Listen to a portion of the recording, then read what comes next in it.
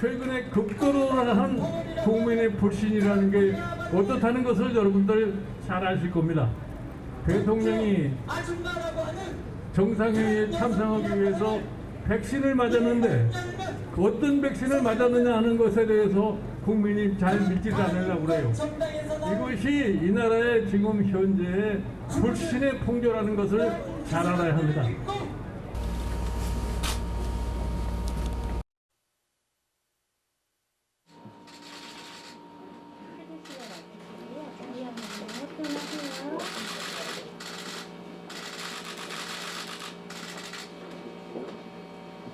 백신에 대해서 가끔은 오해도 있고 또 쓸데없는 말씀을 하시는 분들도 계셔서 저희들이 좀 선도적으로 아스트라제네카 백신 접종을 하는 게 좋겠다 싶어서 이렇게 접종을 했는데 백신은 과학이다, 정치가 아니다라는 점을 다시 강조하고 싶네요.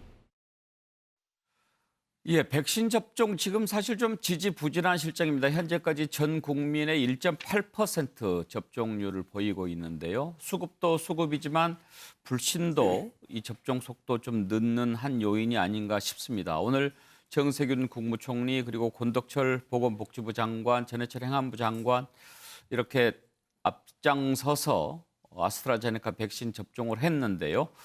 국민들 불신이 빨리 사라져야 할 텐데 아직도 일부에서 불신을 조장하고 부추기는 발언들 나옵니다. 문제지요.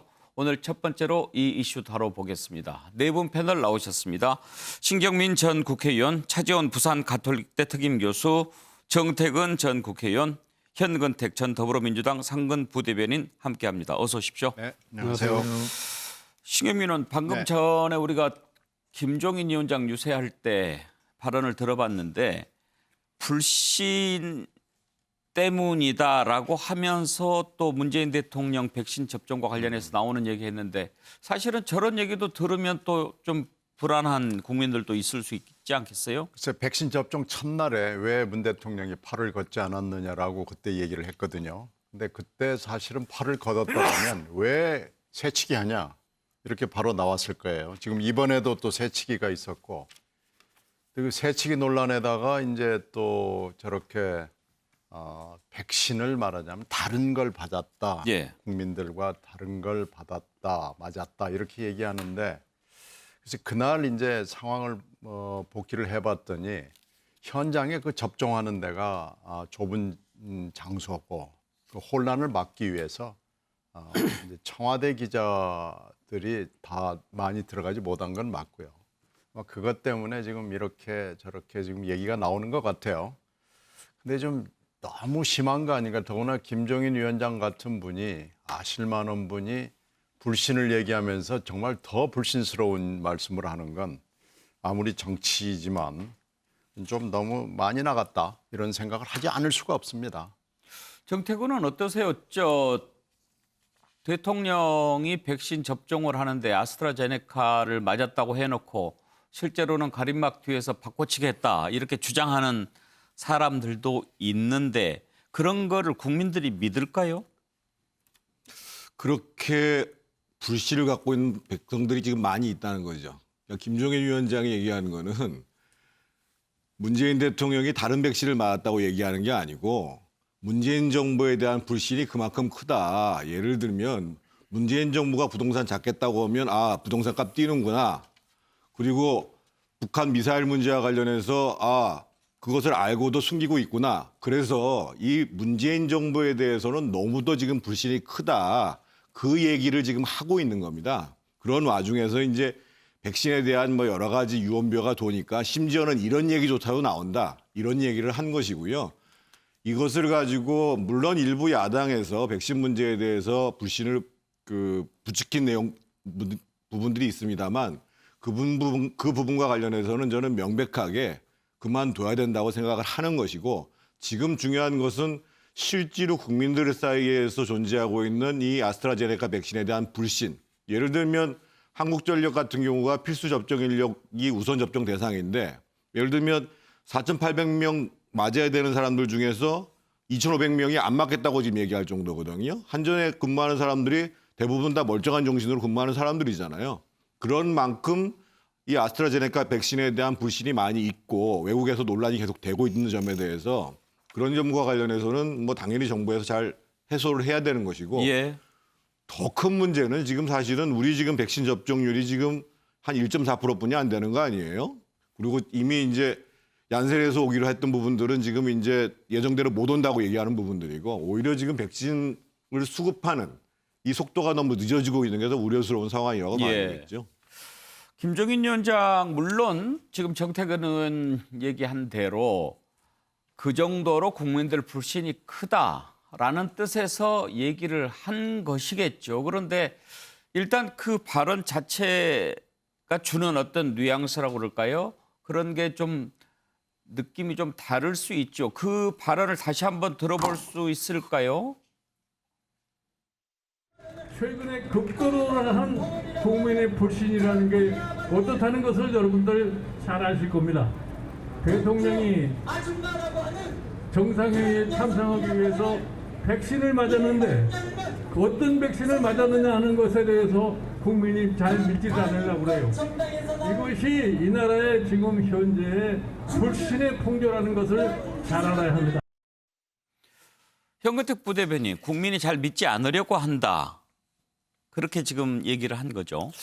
결국 지도자라는 거는요. 앞에 말씀이 있었습니다만 예를 들어서 백신이 왜 이렇게 늦었느냐라고 비판하는 건 야당의 역할이에요. 근데 그날 뭐 화면 다 보신 분은 알겠지만 이분이 이게 주사기를 빼고 그 손으로 그대로 뚜껑을 캡을 씌우거든요. 그리고 뒤에 가서 이제 오는 건데 사실은 이제 유튜브에도 굉장히 돌았고 바꿔치기 한 거 아니냐 논란이 굉장히 많이 됐잖아요. 한마디로 얘기하면 아스트라제네카는 좀 불안하니까 뭐 다른 화이자를 맞은 거 아니냐. 이게 핵심이었거든요. 그러니까 결국 핵심이 뭐냐면 아스트라제네카는 안전하지 않다 이 얘기거든요. 그렇다 그러면 저렇게 얘기할 게 아니라 아니 문재인 대통령이 맞은 건 아스트라제네카 맞다.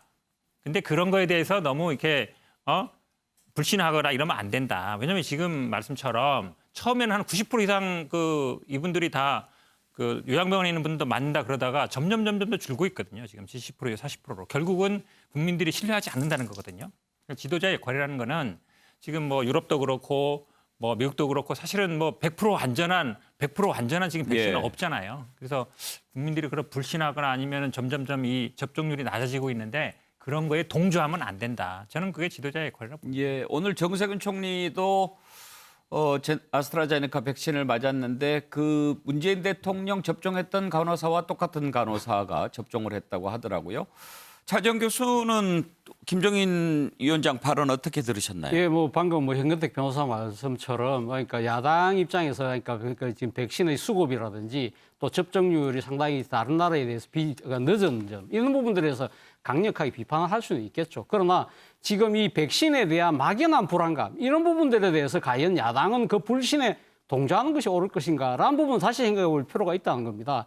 사실은 뭐 지금 아스트라제네카가 지금 뭐 여러 가지 뭐 혈전도 있고 이래서 부작용이 있다는 이야기는 있지만 그러나 뭐 유럽에 이어서 미국조차 지금 사실상 이 지금 아스트라제네카의 그 효용성 더 나아가서는 여러 가지 그러니까 이 부작용도 적다는 부분들에 대해서 이 과학자들이 그 뜻을 모으고 있는 상황이다. 그렇다고 한다면 제 생각에는 김종인 위원장 입장에서는 이런 그러니까 백신에 대한 막연한 불안을 같이 이렇게 부추길 것이 아니라 이 불신을 제거하는데 좀 더 이 야당 대표로서의 모습을 보여주는 것이 좀 더 나은 방법이 아니었을까. 예를 들면 문재인 대통령이 이렇게 공개적으로 이렇게 맞음으로써 백신에 대한 신뢰도를 높인 것은 상당히 잘한 것 같다. 그래서 나도 이 지금 뭐 정부 당국에서 허용만 해준다면 내가 먼저 나도 팔을 걷어붙여서 나도 받을 용의가 있다. 예. 이런 식으로 국민을 안심시키는 것이 어떻게 보면 수권정당, 대한정당을 모셔하고 있는 야당의 입장에서 바람직한 태도가 아니었을까라는 아쉬움을 지울 수 없다는 것이죠. 네.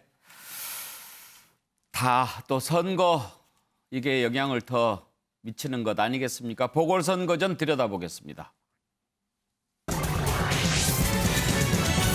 자, 공식 선거운동 이틀째인데요. 현재까지 여론조사로는 여권 후보가 서울, 부산 다 불리한 형국입니다. 뒤집기 카드가 있을까요? 일단 밀리고 있는 민주당의 박영선 후보는 매일 따박따박 올리겠다라고 얘기하고 있고요. 오세훈 후보도 여론조사에서 크게 앞서고 있지만 나는 마음속으로는 항상 박빙이라고 생각하고 있다라고 하면서 여론조사 결과를 그렇게 지금 설명하고 있습니다. MBN이 조사한 여론조사 한번 보실까요? 서울시장 여론조사는 오세훈 후보가 46.3, 박영선 후보가 25.3, 상당히 큰 차이로 오세훈 후보가 앞서가고 있습니다. 부산은요? 네. 부산 준비 아직 안 됐습니까? 네. 예, 부산시장 보겠습니다. 부산은 차이가 더 나는군요. 박형준 후보가 58.8, 민주당의 김영준 후보가 29.3. 현재까지로는 서울, 부산 모두 국민의힘 후보가 민주당 후보를 크게 앞서는 걸로 조사가 돼 있습니다. 신경민 의원, 지금 여론조사상으로는 민주당이 상당히 불리한 그런 판세입니다. 네, 뭐 불리한 건 여론조사의 추이도 뭐 그렇지만은요, 실제로도 그런 것 같습니다. 그건 뭐 부인할 수 없는 길이고요.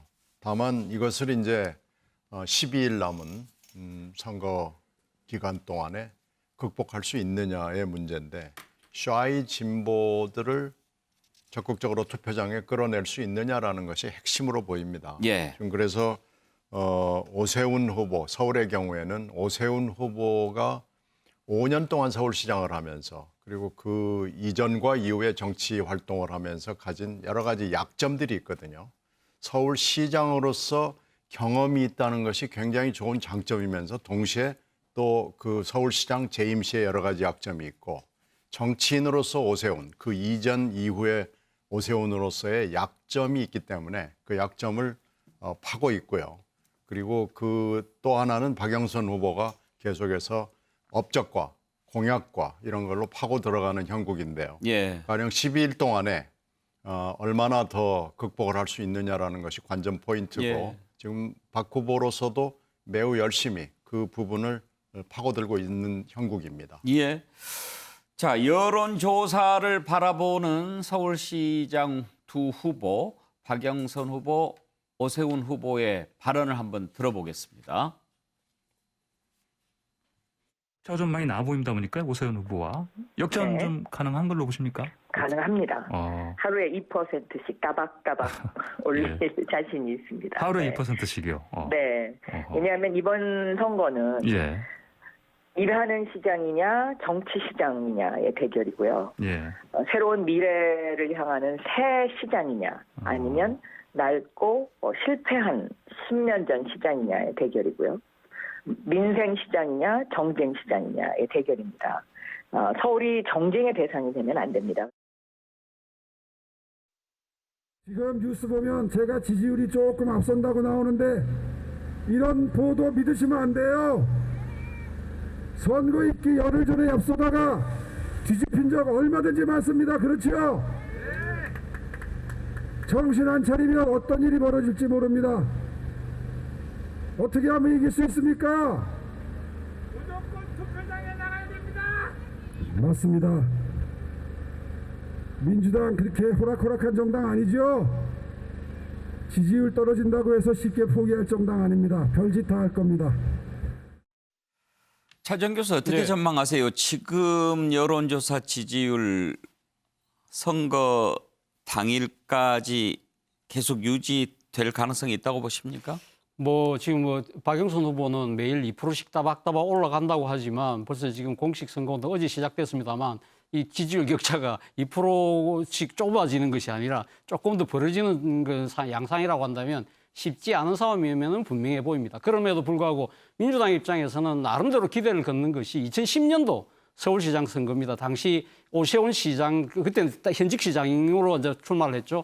그리고 한명숙 전 총리하고 붙었는데 상당히 초반에 격차가 많이 벌어졌는데 예. 나중에 까보니까 0.6% 차이로 아슬아슬하게 승패를 했다. 예. 그런 경험들 본다고 한다면 우리가 충분히 따라잡을 수 있고 역전도 가능하다는 것이 민주당 측의 주장이고, 그리고 앞서 말씀하신 것처럼 이 샤이 진보라는 그러한 이 세력들도 있기 때문에 아마 이분들이 다 투표장에 놓으면 충분히 역전 가능할 수 있다는 생각을 갖고 있는 것 같습니다만 제가 생각하기에는 조금은 좀 힘들 수도 있다는 생각도 듭니다. 그 이유는 첫 번째로 이번 시장 선거, 이 보궐선거의 원인 자체가 사실은 이 민주당 소속 현직 시장의 성비 문제로 발생됐다는 부분. 예. 그리고 또 지금 LH 문제 때문에 상당히 정권 심판론이 커지고 있다는 부분이 있기 때문에 사실은 쉽지 않아 보이고 또 특히 샤이 진보의 입장에서 본다고 했을 때 이번 선거가 내년 대선의 전초전이라고 한다면 오히려 내가 지금 나가서 지금 이렇게 표를 행사하는 것보다는 이번에 차라리 좀 혼을 좀 나고 내년 대선에서 우리가 이길 수 있는 하나의 예방주사로 생각해서 안 나갈 수도 있다는 것이죠. 그렇기 때문에 민주당 입장에서는 아마 샤이 진보가 있다고 한다면 이분들을 투표장으로 끌어내는데 아마 총력전을 기울여야 되지 않을까 생각이 듭니다. 그런데 정태근 의원 이번 그 여론조사에 좀 흥미있는 대목이 그동안 20대는 좀 민주당 지지가 훨씬 더 많지 않았습니까? 네. 그런데 이번에 20대가 오세훈 후보 지지로 확 몰렸어요. 그것은 어떻게 봐야 할까요? 오세훈 후보의 이미지가 국민의힘과는 다르게 상당히 좀 중도적 색채를 띠고 있는 거거든요. 앞선 여론조사 결과를 말씀하셨습니다만 20대가 사실은 문재인 정부의 실정에 대해서 가장 높은 반감을 갖고 있는데 문제는 그동안 국민의힘이 20대로부터 지지를 못 받았다는 거예요. 오히려 이 국민의힘보다는 무당층이라든지 중도 쪽에 훨씬 표심이 가 있었는데 더더군다나 이번에는 오세훈 후보가 야권 통합 후보라는 명칭을 얻었고 본인의 이미지 자체가 보다도 강경한 보수 이미지라기보다는 합리적인 그리고 실제로 여러 가지 캠페인을 하는 과정 속에서 심지어는 SNS에서 망가지는 영상들을 보여주면서 20대들한테 다가가기 시작했다는 것이고 또 한 가지 20대 여성층이 이 문재인 정부와 민주당에 대해서는 강고한 지지층이었거든요. 그런데 지금 20대 여성층이 완전히 돌아섰다는 거예요. 그 가장 큰 이유가 뭐냐면 한편에 있어서는 후보들은 진심으로 사과한다. 피해 호소인 이렇게 얘기한 거에 대해서. 그럼에도 불구하고 계속 민주당에서 보여준 일들은 실제로는 그렇지 않다라는 모습을 보여줬고 더더군다나 최근에 대통령 비서실장을 지냈던 임종석 전 실장 같은 경우에는 심지어는 박원순만큼 청렴한 윤리적인 사람 못 봤다. 이렇게 얘기를 하니까 세상에 이렇게 성적인 문제로 피해자한테 엄청난 가해를 해놓고서도 이렇게 위선적인 모습을 보여줄 수 있는 거 아니냐 해서 20대 여성조차도 완전히 돌아섰다는 거죠. 예. 제가 보기에는 실제로 그러면 20대가 투표장으로 나올 것인가 문제와는 별개로 20대로부터의 지지율을 회복하기에는 이번 선거 속에서는 민주당은 틀렸다고 봐야 됩니다. 다만 그것이 실제로 현장 투표에 얼만큼 반영될 것인가 예. 이 문제는 또 별개의 문제입니다. 왜냐하면 투표의 문제가 있기 때문에. 현근택 부대변인은 네. 반전 카드 어떤 게 있을 수 있다고 보십니까? 일단 뭐 여론조사 부분도 저도 말씀드리면요. 한명숙 사례도 있는데 아마 2016년 정세균 사례도 있습니다. 그 당시에도 뭐 여론조사로는 뭐 계속 앞서갔죠. 15% 20% 앞섰는데 실제로 까보니까 실제로 개표를 해보니까 한 15% 이상 졌습니다. 그러니까 아마 그 부분을 지금 오세훈 후보 같은 경우도 잊지 못할 거예요. 왜냐하면 뭐 당연히 이긴다고 봤는데 졌단 말이죠. 그러니까 그런 면에서 이제 투표가 중요하다라는 인식이 있는 것 같고요. 예. 근데 뭐 반전이 제가 보기에 아침 신 의원님 말씀하셨지만 사실은 오세훈 시장이 서울시장 하면서 뭐 했냐 하면 많은 분들이 떠올리는 거는 무상급식 반대해서 그만뒀다. 그게 가장 커요. 근데 그 당시에 그러면 지금 무상급식 반대했던 거에 대해서 본인 스스로 사퇴했다는 건 굉장히 잘못했다고 얘기하는데 무상급식을 반대했던 거는 지금도 옳다고 얘기해요. 그래서 무상급식을 지금도 뭐라 그러냐면 뭐 세금 급식이다 뭐 이렇게 얘기하거든요. 그래서 저는 제가 보기에는 기본적인 큰 틀은 안 바뀌었다. 그리고 우리 최근에 민주당이 이제 2019년 정광훈 광화문 그 집회에 갔을 때 예. 보니까 뭐 문재인 대통령 보고 중증 치매 환자다 예. 이런 얘기를 했었단 말이죠. 그러니까 외부로 알려지기는 이분이 사실 변호사 할 때는 민변 활동도 했어요. 환경운동도 하시고 굉장히 이제 중도적으로 알려져 있지만 실제로 아마 서울시장 그만둘 때부터는 제가 보기에 이제 현재까지 보면은 굉장히 보수화가 많이 돼 있고 극우적인 성향도 띄고 있어서 그런 걸 저는 뭐 많이 알려나가는 게 중요하다 보고 있습니다. 예. 지금 현근택 부대변인도 지적을 했는데요. 초반에는 두 후보 부동산 문제 가지고 이렇게 좀 서로 공방을 주고받았는데 오세훈 후보의 광화문 집회 때 좀 막말성 발언 이런 것이 또 논란이 되고 있습니다. 현재 두 번째 라운드는 이 대결로 번져가는 그런 모양새인데요. 녹취를 들어보겠습니다. 이명박 시즌 2, 이 이명박 대통령 하면 BBK의 거짓말 네. 13년 만에 밝혀진 사람이잖아요. 예. 그런데 이 BBK의 그 진실이 그 당시에 얼렁뚱땅 넘어갔습니다. 뭐 예를 들어서 BBK의 핵심 펀드였던 마프 펀드 아세요? 그러면 마포 해장국이요? 이렇게 하고 넘어갔거든요. 예. 근데 지금 이 내곡동 문제가 그렇습니다. 내곡동 문제는 몰랐다고 하는데 이 몰랐다는 세 가지의 거짓말이 다 거짓말로 드러나는 상황입니다. 예를 들면 위치를 몰랐다, 또 국장 전결이다, 노무현 대통령 시절에 한 것이다. 이거 세 가지가 다 아닙니다. 3년 만에 4년 만에 처음으로 한번 죄송하다고 이야기하기 전에는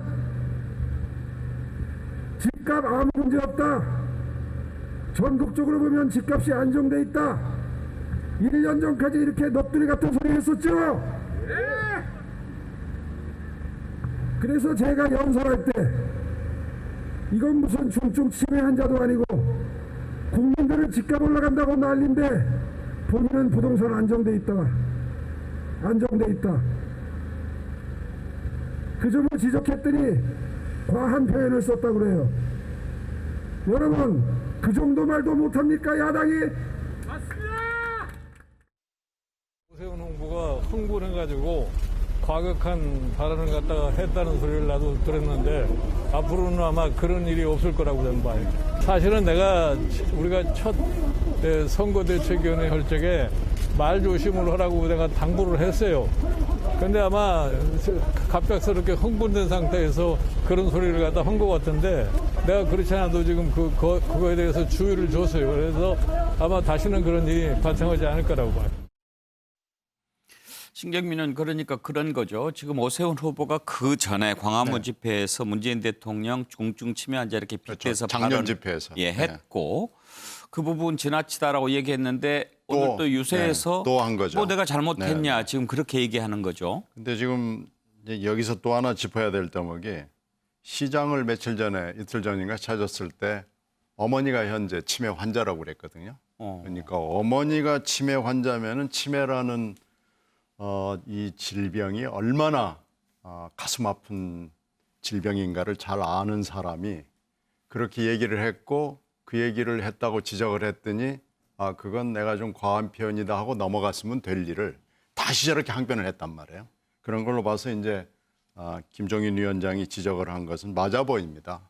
그래서 이 정광훈 목사 집회에 참여한 부분 그리고 과한 발언, 치매 발언 이런 것은 본인이 좀 잘 정리하고 넘어갔어야 되는데 매끄럽지 않게 지금 넘어가려고 노력을 하는 거고요. 그리고 또 하나는 장애인 문제가 있습니다. 이 강서에 어울림 플라자라는 데가 있는데 이거 아주 장애인들의 한이 맺힌 민원이었는데 이게 잘 됐거든요. 예. 근데 이걸 백지화하겠다고 그래가지고 도대체 서울시장을 했고 하겠다고 하는 사람이 이런 말하자면 좀 어려운 분들 그리고 어려움을 현재 겪고 있어서 이걸 좀 돌봐주려고 하는 데 대해서 전혀 어루만지려는 그런 자세가 되어 있지 않다라는 얘기들을 지금 여기저기서 하고 다니고 있어서 예. 김종인 위원장 입장에서 보면 조금 답답할 겁니다. 정태근 의원 중증 치매 환자 발언은 오세훈 후보로서는 유리한 발언이 아닐 것 같기도 한데 본인이 다시 이야기하는 의도가 뭘까요? 그 말씀은 김종인 위원장이 잘 정리하신 건데요. 현장에 가면 어떤 얘기가 있냐면 실제로 문재인 대통령 얘기 듣다가 집 판 사람도 있고 집 사야 되는데 못 사가지고 땅 치고 있는 사람도 있고 그 사람들 입장에서 보면 사실은 문재인 대통령은 그렇게 넋두리 같은 소리를 한 것 이상으로 이 부동산 문제를 가지고 엄청나게 손해를 봤다, 화난다 이런 사람들이 엄청나게 많아요. 그런 입장에서 본다 그러면 과한 얘기 맞죠? 과한 얘기 맞는데 그런 얘기 들을만해 라고 하는 게 현장의 분위기인 거예요. 그래서 이제 김종인 위원장이 그렇게 얘기를 한 거죠. 흥분해서 그렇게 얘기한 것 같은데 앞으로 그런 얘기 하지 않겠다 이렇게 얘기를 한 것이고, 앞서 여러분들께서 과연 그럼 오세훈이라는 사람이 서울시장을 하면서 그렇게 한 일이 없고 일을 잘못했고 어려운 사람들에 대한 배려가 없는가? 저는 실제로 박영선 후보 쪽에서 계속 흑색전선과 네거티브를 하는 이유는 뭐냐면, 실제로 박원순이라는 사람, 오세훈이라는 사람이 시장을 하면서 했던 일에 대해서는 별반 문제를 삼을 것이 없는 거예요. 예를 들면 지금 오세훈 시장 시절에 북서울의 꿈의 숲이 만들어졌죠. 지금 서울시에 있는 우이신설 경전철을 비롯해서 모든 경전철 노선들이 오세훈 시장 시절에 확정됐습니다. 그 일을 여태까지 안 해왔던 게 박원순 시장이라는 것을 주민들은 잘 알고 있어요. 예. 경전철이라는 것이 진정으로 교통 사각지대에 있는 어려운 사람들을 위해서 만드는 것이거든요. 그래서 어떠한 특정 사례를 가지고 이 오세훈이라는 사람은 어려운 사람에 대한 이해가 부족하다, 한 일이 없다 이렇게 얘기하시는 것은 정말 사실에 부합되지 않는 것이고, 누구보다도 강남과 비강남의 격차를 해소하면서 서울이 정말 진정 생기 있게 장기적으로 제대로 발전할 수 있도록 나름대로 최선을 다해서 시정을 했던 사람 중에 한 사람입니다. 오세훈 후보 발언과 관련해서 차지영 교수는 어떻게 생각하세요? 저는 뭐 오세훈 후보답지 않다는 생각이 듭니다. 오세훈 후보 하면 사실 좀 이렇게 정치판의 젠틀맨, 또 품격 있는 언어를 쓰는 아주 이 보수의 품격을 대변하는 뭐 그런 측면이 있기 때문에, 사실은 당내 경선에서 나경원 예비 후보를 꺾었던 이유 중에 하나가 소위 말하는 중도의 힘에 힘입은 바 있다고 한다면, 2019년도 당시 10월 3일 날 개천절 이 강화문 집회에서의 연설인데요. 물론 그때 상황을 본다고 한다면 조국 전 법무부 장관 문제 때문에 상당히 보수와 진보가 극단으로 나뉘어서 그렇게 하는 그 집회 장소였기 때문에 상당히 발언이 가격해질 수는 있지만, 그러나 정치인 오세훈이라고 한다면 중증 치매 환자, 저런 식의 단어를 쓴다는 것 자체는 정말 배려 깊지 못했다, 사리 깊지 못했다. 그것은 오히려 이 지금 정치인 오세훈의 품격을 떨어뜨리는 이유고, 예. 결과적으로 이 부분과 관련해서 문제가 되었다면 차라리 깨끗하게 사과를 하고 하는 모습들이 오히려 중도의 힘을, 또 더 나아가서 중도 외연을 확장하는데 도움이 된다는 사고를 할 필요가 있지 않나 하는 생각을 해봤습니다. 양근택 부대변인, 그 오세훈 후보 보면 요즘 좀 발언이 과격하기는 해요. 문재인 대통령 독재자 발언하고 그래서 지금 그렇게 하고 있죠. 저는 아마 더 세질 걸로 봐요. 왜 그러냐면 이분이 10년 동안 사실은 선거 나갈 때마다 떨어졌거든요. 어찌 보면 지금 굉장히 이제 될 것 같은 상황이 됐단 말이죠. 그동안 왜 떨어졌는지 본인 스스로 평가를 했을 것 같은데, 그러니까 지금 말씀처럼 많은 분들은 중도적이고 합리적이고 이렇게 인식돼 있지만, 지금 이 발언 스스로 일반적으로라 그러면 아마 그때는 제가 좀 과했습니다 이럴 거예요. 제가 사실은 방송에서 이 무상급식 집요하게 물어봤거든요. 근데 지금도 제가 보기에는 무상급식 그때 반대했던 거 옳았다고 생각하고 있어요. 근데 그 부분에 대해서 말을 하면 굉장히 흥분하시더라고요. 그러니까 어찌 보면 그게 본인의 정치적인 어찌 보면 트라우마 같은 거잖아요. 근데 그거를 제가 보기에 아직도 완전히 극복 못한 것 같아요. 그래서 예. 아마 민주당에서도 박영선 후보 측에서도 이 토론에 가면 아마 후보 사퇴했던 문제가 쟁점이 될 수밖에 없다. 왜냐하면 스스로 사퇴했는데 다시 하겠다는 거잖아요. 그러니까 상식적으로 생각했을 때 아니 스스로 나온 다음에 왜 다시 하려고 하냐 이 질문을 안 할 수가 없는 거라서 이 질문이 제가 보기엔 뭐 계속 나올 수밖에 없다고 보고 있습니다. 예, 지금 서울시장 선거 전에 좀 흥미있는 부분이 하나 있습니다. 바로 김정인 위원장과 안철수 대표와의 관계인데요. 안철수 대표가 단일화에 승복하고 지금 지원 유세까지 나서고 있지만, 김정인 위원장, 안철수 대표를 바라보는 시선 여전히 싸늘하기만 합니다. 이 내용 한번 살펴보죠. 첫 번째 지원 유세에 나섰는데 김정인 위원장 유세 시작하자마자 자리를 떠서 돌아오지 않았습니다. 아무리 싫어도 그렇지 승복하고 지원 유세까지 하는데 연설을 시작하자마자 자리를 떠버리는 것, 이건 좀 지나친 처사가 아닌가 지적이 나오는데요. 김종인 위원장, 뭐가 아직도 안철수 대표 그렇게 마음에 들지 않는 걸까요? 인터뷰에서도 여전히 불편한 감정을 드러냈습니다. 한번 들어보시죠. 나는 안철수 대표를 안 좋아하는 게 아니에요. 예. 솔직히 여기 위해서 내가 그 사람에 대한 인격이나 모든 점에서 지도자로서의 훌륭한 자질이 있다고 내가 스스로가 확신을 가졌으면 내가 안철수 후보 단일화하는데 찬성도 했을지도 몰라요. 근데 그런 내가 확신이 없는 한은 나는 그런 짓을 못하겠다. 다음 대선에서의 역할은 안 대표가 꿈꾸고 계시는 것 같던데. 글쎄, 꿈이야 꿈으로 사라질 수도 있겠지. 세상을 좀 분명하게 좀 현실을 제대로 인식을 하고서 정치를 했으면 좋겠다고 생각을 해. 자기가 혼자서 생각한다고 그래서 뭐 모든 일이 성취되는 게 아니에요. 별의 순간을 잡으라는 얘기인데 그런 여건이 형성되지 않고서 혼자서 생각했다고 그래서 불쑥 났으면은 그래 가지고는 지도자가 성공을 할 수가 없어요. 차지영 교수 궁금한 게요. 네. 단일화 과정에서 안철수 대표를 공격하고 비판하는 것은 이해가 가지요. 네. 이제 오세훈 후보가 맞습니다. 단일 후보가 돼야 되니까. 그런데 지금은 이제 단일화가 됐고 네. 또 안철수 대표가 지금 국민의힘 후보를 돕겠다고 하고 돕고 그렇죠. 있지 않습니까?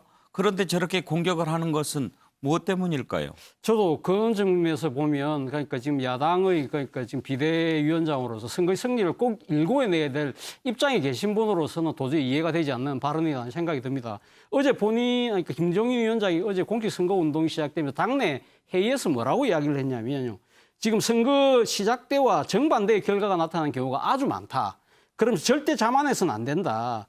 그리고 지금 말 한마디 잘못을 얼마나 많은 표를 잃어버린 경우가 많느냐. 는 이야기를 본인 스스로가 이야기를 했어요. 지금 근데 방금 말씀하신 것처럼 지금 오세훈 후보 입장에서는 사실 이 중도라는 측면의 표를 끌어오기 위해서는 안철수 국민의당 대표의 조력이 정말 필요하거든요. 그리고 후보 단일화의 효과를 그러니까 배가시키기 위해서라도 안철수 국민의당 대표가 뭔가 적극적인 노력을 해줄 필요가 있는데 이런 식으로 지금 그 선거 이후에 전개되는 여러 가지 대선 국면까지 고려를 해서 안철수 대표에게 미리 이 차단막을 치는 것 자체는 마치 그러니까 선거를 다 이긴 거 아니냐는 착각을 불러일으킨다는 것이죠. 이런 측면에서는 상당히 문제가 있다는 생각이 들고요. 그리고 또 한편으로는 사실은 이 지금 만약에 대선 국면에 간다 하더라도 사실은 대선 국면에서 야권의 입장에서는 사실은 뺄셈이 정치보다는 덜셈이 정치를 해야 될 필요가 있는 것이거든요. 그렇다고 한다면 안철수 후보가 이번에 사실 보수 야권이 침체된 분위기를 뭔가 상승 국면으로 전환하는데 상당한 불쏘시개 역할을 했다고 한다면 거기에 상응하는 나름대로의 장을 펼쳐주는 것. 그런 부분들이 상당히 같이 힘을 합쳐도 뭔가 보상이 있구나 하는 생각을 갖도록 해야만 다른 지대에 계신 분들도 야권, 보수 야권에 합칠 수 있는 계기가 될 수 있는데 그런 측면에서는 고려가 깊지 않았다는 생각이 듭니다. 정태근 의원, 안철수 대표가 차라리 안 도와줬으면 좋겠다 이렇게 생각하는 걸까요? 그렇지 않습니다. 이미 이제 그동안 훌륭한 경선을 해서 큰 흔행을 만들기 위해서 노력해 준 거에 대해서 고맙다고 얘기를 했고 다만 이제 김종인 위원장 입장에서 봤을 때는 냉철한 분석을 한번 해보자 이거죠. 그래서 실제로 본인이 한 얘기가 안철수 후보를 지지했던 표 중에 3분의 2 정도가 오세훈 후보한테 올 거고 3분의 1은 박영선한테 갈 수도 있다. 이렇게 나름대로 분석을 했단 말이죠. 근데 지금 이제 뭐 안 대표하고 관계 속에서 계속 이제 갈등만 있어서 그런데 김종인 위원장의 스타일이 뭐 돌려서 얘기하는 스타일이 아니잖아요. 그리고 안철수 대표한테만 저렇게 얘기한 게 아니고 홍준표 의원이라든지 김무성 전 대표라든지 이런 분에 대해서도 아주 딱 잘라서 얘기를 합니다. 지금 제가 봤을 때는 그런 것 같아요. 이번에 어떻든 안철수 후보가 본인을 위해서도 최선을 다해서 노력할 것이라고 생각하는데 다만 이 서울시장 선거 이후 과정에 있어서는 안철수 대표가 다시 정치적으로 즉 대선 후보급으로 부상을 할 거냐 이것은 현실적으로 어려울 것 같다. 이러한 나름대로의 냉철한 판단을 하는 거라고 보여지고요. 제가 봤을 때는 더더군다나 이 김종인 비대위원장이 이번 서울시장 선거를 승리했다 손 치더라도 거기에서 뭔가 공을 인정받고 싶어 하고 또는 자리를 연연하고 싶어 하고 이렇지 않은 스타일에서는 어떻든 본인의 정치적 생각들에 대해서 숨김없이 얘기하겠다. 이런 모습들은 아마 계속될 것 같습니다. 안철수 대표에게는 그렇게 싸늘한 김종인 위원장인데요. 윤석열 총장에 대해서는 또 사뭇 다릅니다. 이 내용 한번 살펴볼까요? 윤석열 전 총장에 대해서 별의 순간을 잡은 것 같다라면서 요청이 오면 만나겠다 이렇게 얘기했습니다. 안철수 전 대표와는 완전 다른 그런 마음, 그런 표현이지요. 녹취를 한번 들어봅니다. 순간을 포착한 것 같다고 내가 얘기를 했어요. 포착을 했으니까 이제 준비를 하면은 진짜 별을 따는 거지. 어떻게 쳐시느냐에 달려 있겠지 지금서부터. 이제 저런 사람이 하나 나타나면은 내가 아주 속된 말로 파리가 많이 모이게 돼 있어요. 그 파리를 어떻게 잘 자기가 골라서 치울 걸 치우고 받을 거 바르고 그거를 어떻게 앞으로 능숙하게 잘하냐에 따라서 성공 여부가 달려 있다고 봐요. 9번이나 시험을 보는 과정 속에서 여러 가지 자기네들이 자기 스스로 우여곡절을 많이 겪고 그동안에 뭐 이것저것 책도 많이 읽은 것 같아. 그래서 저 사람의 얘기를 하는 걸 보면은 단순한 검사만 한 검사가 아니. 신경민 의원, 평가가 완전히 다르죠. 그러네요. 이 원래 김종인 위원장은 성격이 예, 화끈합니다. 화끈하군요. 네, 예. 화끈해요. 하여튼 어디를 가시든지 간에 직설적이고 단도직입적이고 그 이렇게 요지를 뽑아내는 능력은 타의 추종을 불허한다고 볼 수 있고요. 분명하죠. 안 대표가 싫은 겁니다. 예. 안 대표의 그 피곤한 사람이다. 능력을 리더로서의 자질을 갖추지 못했다라는 판단이 확고한 거고요. 그리고 보면 이번 선거 재보궐에서 큰 표를 갖고 오지 않을 거다라는 판단이 분명히 있는 거고요. 그 판단이 맞는지 안 예. 맞는지 전 잘 모르겠습니다. 또 하나는 이게 가장 중요한 건데 재보궐 선거의 이후에 있을 여러 가지 정계 개편 내지는 그 소용돌이가 있을 거 아니겠어요? 이 소용돌이에서 안 대표가 별로 도움이 안 된다 이렇게 보고 있는 거죠. 예. 김종인 위원장의 판단이 옳을지 그럴지는 아무도 지금으로서 예측할 수 없죠. 지금 현재 당락이 어떻게 되느냐에 따라서 또 달라질 테니까요. 그러나 김종인 위원장은 지금 분명하게 자기 생각을 대내외에 공표하고 있는 겁니다.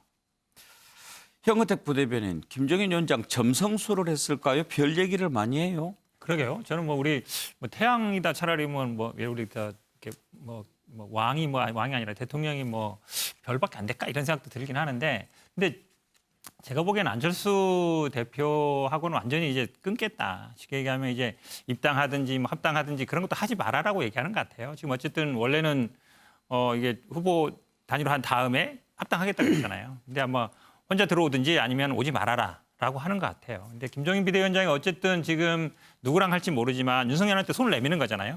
그러니까 내가 먼저 전화하긴 그렇지만 나는 만나고 싶은 생각이 있다. 만나서 해주고 싶은 생각이 있다는 얘기예요. 다른 사람들은 다 팔이고 나는 정말 킹메이커 역할을 할 수 있는 사람이니까 전화해라라고 공개적으로 얘기하는 거잖아요. 보통은 이렇게 공개적으로 나한테 연락하세요 이렇게 하진 않거든요. 그냥 누구 아는 사람 통해서 전화하라고 해. 그럼 만날게 이러잖아요. 그러니까 제가 보기에는 거의 뭐 구애하는 정도인 것 같아요. 근데 아마 윤석열 총장과 뭔가를 도모해보고 싶다 이 생각은 있는 것 같아요. 그러니까 예. 비대위를 뭐 한 번 더 하면 뭐 하겠습니까? 그러니까 결국은 킹메이커 역할을 하고 싶다. 다음에 어쨌든 야당 측에 서서 대통령을 만드는 데 기여하고 싶다. 이런 생각은 확고하게 하는 것 같고 안철수는 이제 아니다. 끝났다. 이 생각은 확고하게 갖고 있는 것 같습니다.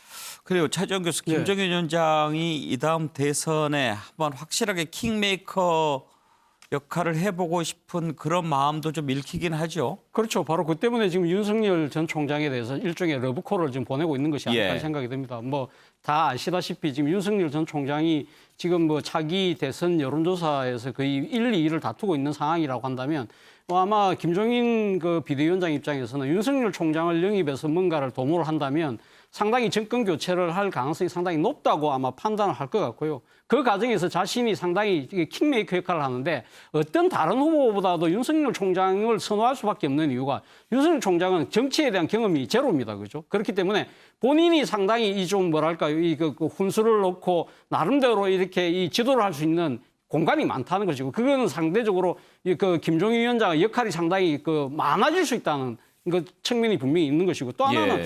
아마 본인 입장에서도 아마 이 별의 순간이라는 이야기를 했는데 그걸 갖다가 지금 윤석열 총장이 딱 잡으면서 전격적으로 총장직을 사퇴했다는 것이죠.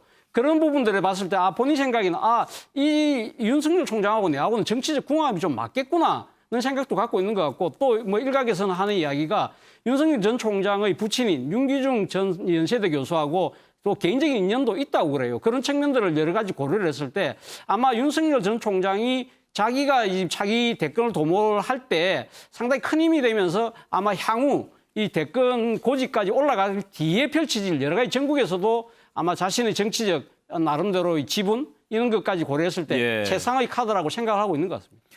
정태근 의원, 일부에서는 김종인 위원장이 본인이 직접 내년 대선에 뛸 가능성도 있다 이렇게들 얘기했는데 그렇지는 않을 것 같습니까? 그렇지 않습니다. 그렇지 예. 않고요.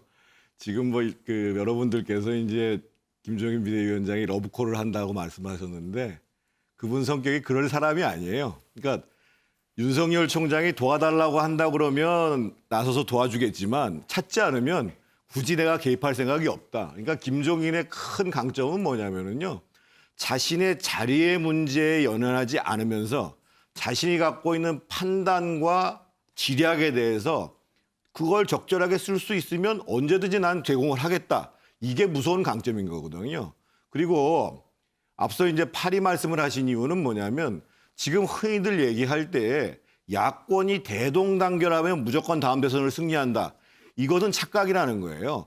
과연 국민이 바라는 방향으로 야권이 제대로 위상을 잡는 것이 중요하고 그러기 위해서 윤석열이라는 사람이 별을 따기 위해서 무조건 이 사람 저 사람 다 끌고 모아가지고 야권의 힘을 결집한다고 되는 것이 아니라 국민이 진정으로 박수 칠 만한 사람들을 모아서 이 합리성과 상식성과 그런 법치주의 원칙에 근거해서 갈 때 승리할 수 있으니까 그런 점들을 명심하고 가라 이렇게 얘기를 하는 겁니다. 네, 알겠습니다.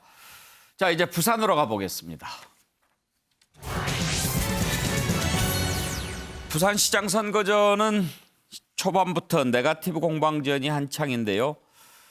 민주당의 고민은 박형준 후보에 대한 의혹을 계속 제기를 해도 별로 먹히지 않다는 데 있는 것 같습니다. 지금 부동산 의혹 그리고 불법 사찰 의혹 여기에 또 가족 문제까지 들고 나서는데 여론조사 보시면 차이가 더 벌어지고 있으니까요. 자, 두 후보들의 발언 한번 들어보겠습니다. 각종 불법 비리 의혹투성이인 야당 후보 말만 번지르는 그 후보에게 부산의 운명을 맡겨서 부산이 살 수 있겠습니까? 저희 승리가 부산을 살리는 그런 승리가 될 거라고 생각합니다. 부산 부활의 꿈을 가지고 반드시 이번 선거 승리해내겠다. 단순히 부산만의 선거가 아니라 이 대한민국 전체의 명운이 걸린 선거입니다. 지난 4년 실정으로 국민들을 실망시킨 정권에 대해서 민심의 회초리를 반드시 들어야 된다고 생각합니다. 신경민은 부산도 쉽지가 않죠. 부산 이거 쉬운 선거 아닙니다. 예. 서울도 뭐 그렇습니다만 부산은 처음부터 어려운 선거였고요. 지금 여론조사 나타나는 것을 무겁게 받아들이고 있습니다.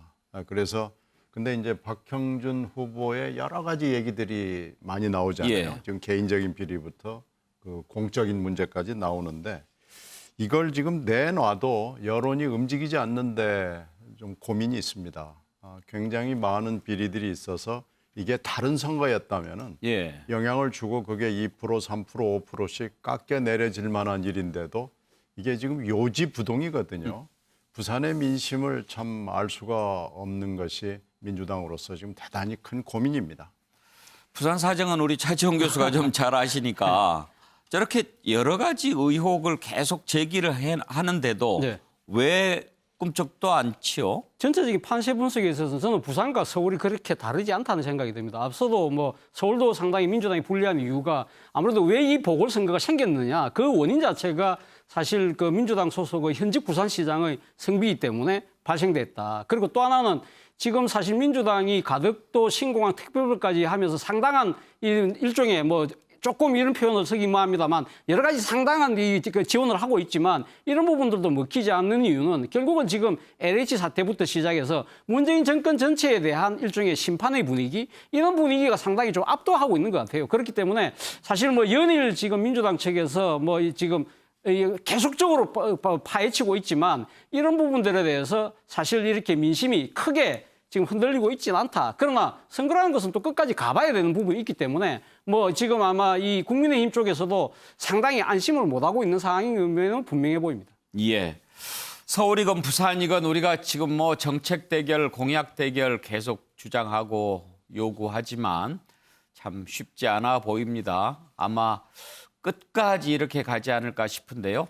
자, 끝으로 우리 정치 문화와 관련해서 뉴스와이드가 특별히 준비한 아이템이 하나 있습니다. 여러분과 같이 생각해 보고 싶은데요.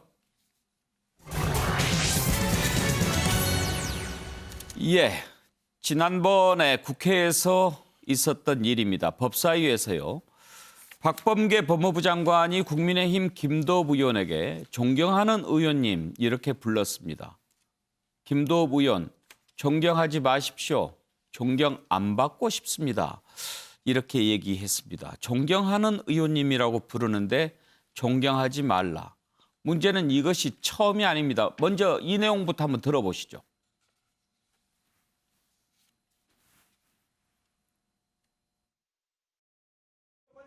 진정 한명숙 구하기를 하고 싶으면 존경하는 우리 재심 청구하라고 재심 청구를요. 존경하는 김도읍 네, 법무부 장관님 저 존경하지 마십시오. 존경 안 받고 싶어요.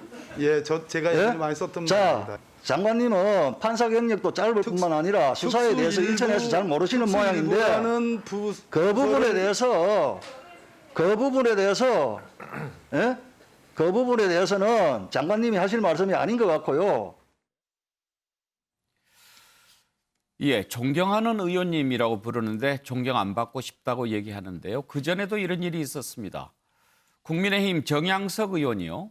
의원 시절에 청와대 정의용 외교안보실장이 존경하는 의원님이라고 불렀을 때도 그렇게 답한 적이 있습니다.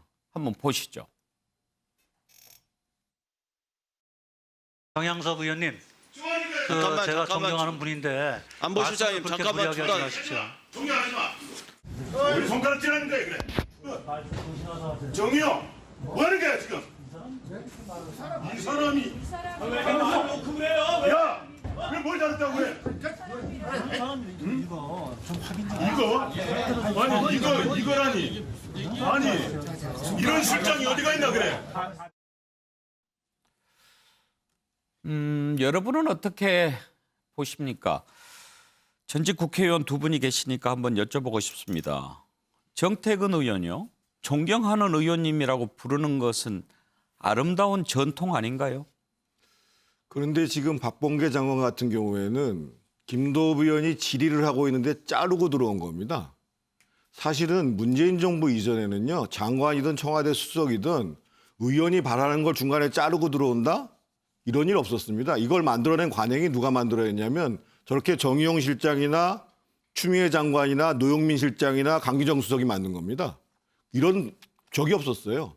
그래서 존경하지 마라고 얘기하는 것도 잘못된 것이지만 아니 왜 문재인 정부의 장관 청와대 수석들은 국회에 들어와서 국민을 대신해서 묻는 사람들한테 그 질문을 자기 맘대로 자르는데 더더군다나 그것을 진행하는 운영위원장, 상임위원장은 또 그걸 문제 삼지도 않아요.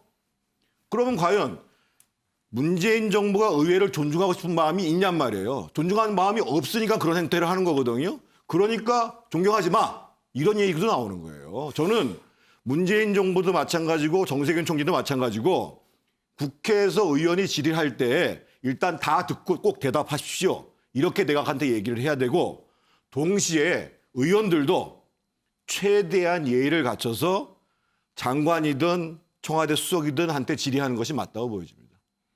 신경민 의원께서는 어떻게 보십니까? 글쎄, 존경하는 이는 사실은 뭐 누구나 거의 다 쓰는 말이기 때문에 그걸 꼬투리를 잡을 필요는 없고요. 그 정태근 의원 얘기하는 것도 물론 일리가 있는데 지금 국회가 진영의 논리로 완전히 갈라져가지고 서로가 서로를 들으려고 하지 않고 이게 좀 누구의 책임이다 아니다를 따질 수 있는 그 단계는 넘어섰다고 봅니다. 그래서 이 진영의 논리를 벗어나서 여기서 얘기하는 법적 논리 또 도덕적인 윤리적인 뭐 이런 문제 그리고 정치적 논리까지 포함을 해서 논리를 가지고 싸우는 뭐 그런 국회로 되지 않으면은 앞으로도 저런 얘기는 계속해서 나올 수밖에 없고요. 국회의 이 토론 문화는 이미 실종 상태에 들어가 있거든요. 이것을 시급히 고치지 않으면은 국회는 아마 계속 저렇게 갈 수밖에 없을 겁니다. 차정 교수, 정치를 우리 젊은이들 또 어린이들 이렇게 보고 배우는 것 아닙니까? 그렇습니다. 제가 사실은 뭐 지금 국회 출입 기자로 15대 국회 때부터 출입을 했었는데요. 그때 당시 제가 참 느꼈던 부분 중에 하나가 상당히 좀 의아했던 부분이 그렇게 막 물리적으로 충돌하면서도 그 다음날 또 회의 진행할 때는 존경하는 이런 말을 붙이더라고요. 그래서 제가 뭐 의원한테 물었어요. 너무 위선적이지 않냐? 만약에 그런 말, 그때 그 의원의 대답이 만약에 존경하는 말이라는 말조차 붙이지 않을 경우에는 이 사태가 정말 뜨겁게 진행될 수밖에 없다. 그렇기 때문에 위선적으로 비칠 수 있지만 그것이 일종의 완충작용을 한다. 그것이 서로 대한민국의 의회를 한 단계 더 업그레이드 시키는 요식적인 행위처럼 보임에도 불구하고 그것이 필요하다고 강조했던 부분이 지금 다시 생각이 납니다. 현근택 부대변인 의견 들어보죠. 저는 뭐 국회는 안 해봤으니까 잘 모르겠는데요. 이제 방송에서 보면 보통은 뭐 아는 사람끼리 하다가 실제로 싸우다가 밖에 가서 싸우는 분도 있더라고요. 거기 싸우고 얼굴 붉히고 가시는 분들도. 뭐 정치인들도 있고 아니도 있는데 굳이 뭐 그럴 필요는 없다고 봐요. 그러니까 어차피 뭐 진영이 있는 건 맞고 서로 뭐 논쟁으로 다투는 거지만 그게 개인적인 감정은 아니거든요.